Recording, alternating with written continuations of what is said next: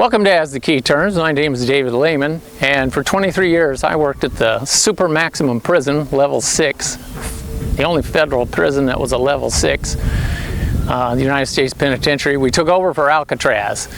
And here I'm talking today about inmate firefighters. Somebody asked me a question about them, and I thought I would talk about it.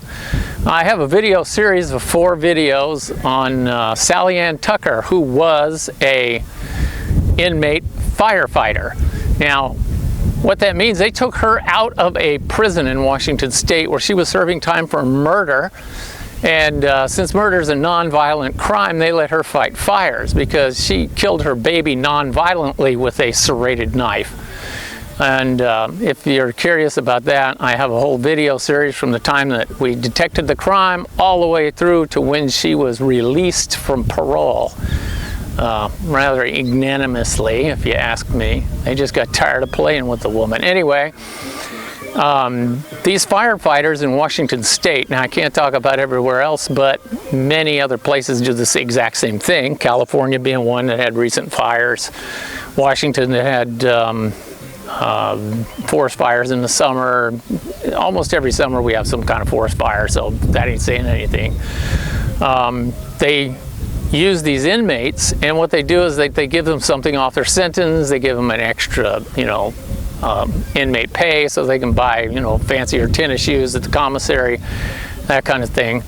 And the program supposedly helps these people with discipline.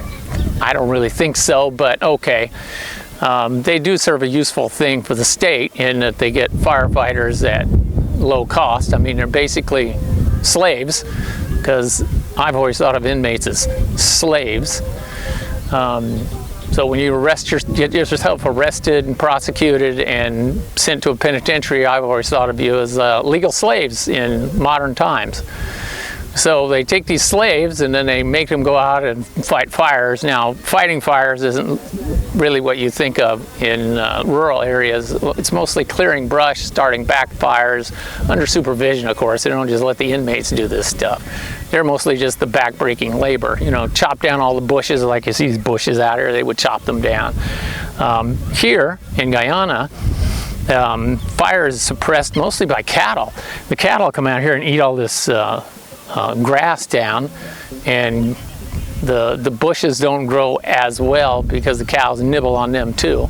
And occasionally some guy will come out here and chop out some of the brush so these cows have more grass to eat. So that's what we do there. Now in places like California and Washington State, where they don't, they're super communist liberal, and they've decided that nature alone can handle everything, kind of like the homeless crisis, just give them money and then they'll somehow heal themselves, right? They don't manage the forests, they don't manage the grasslands, that kind of thing. So then you need these inmate firefighters to assist in putting out fires. Now, if you want to know who they are, then by all means look up Sally Ann Tucker if you haven't watched her from beginning to end. There's a 4-parter.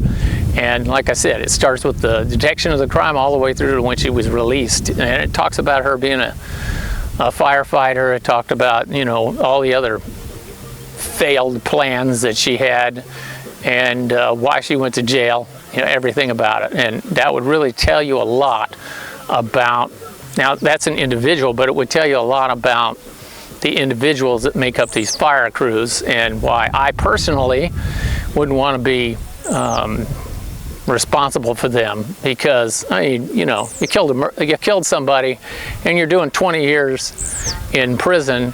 Why not just run away in the middle of the fire when if nobody's watching you? Just pick up and run off, go hang out with your friends for a few months till they catch you and send you back to prison. But just me, and while you're out, since you've already killed before, kill a couple of more people. The so-called non-violent offenders are murderers. Don't let them lie to you. Our government at all levels, city, state, county, federal, they're lying their ass off to you. Now that I live overseas, I see things from a different perspective.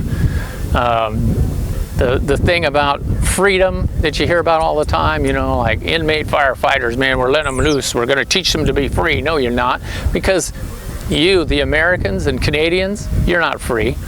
I get to do a lot more things here than I would in Canada or the United States.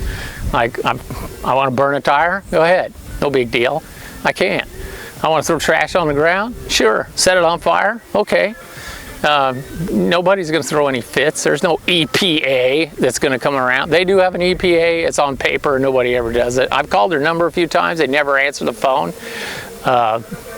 So they're useless. They're an agency with no teeth. They can't do anything here in Guyana, and nobody wants them to, because here is a lot more free than in America. And yeah, we have corruption and people that take bribes like they don't in California and Oregon.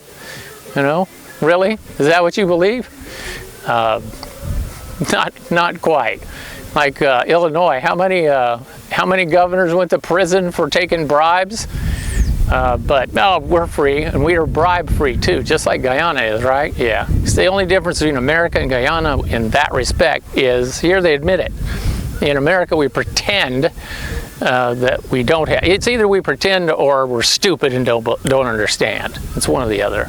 So, yeah, that's inmate firefighters, and they don't have them here in Guyana because they don't have them big fires.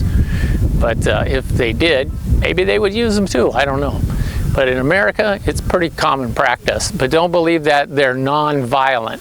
Murder is just about as violent of a crime as I can think of.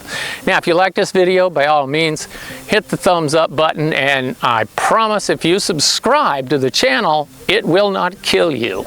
And thank you for watching.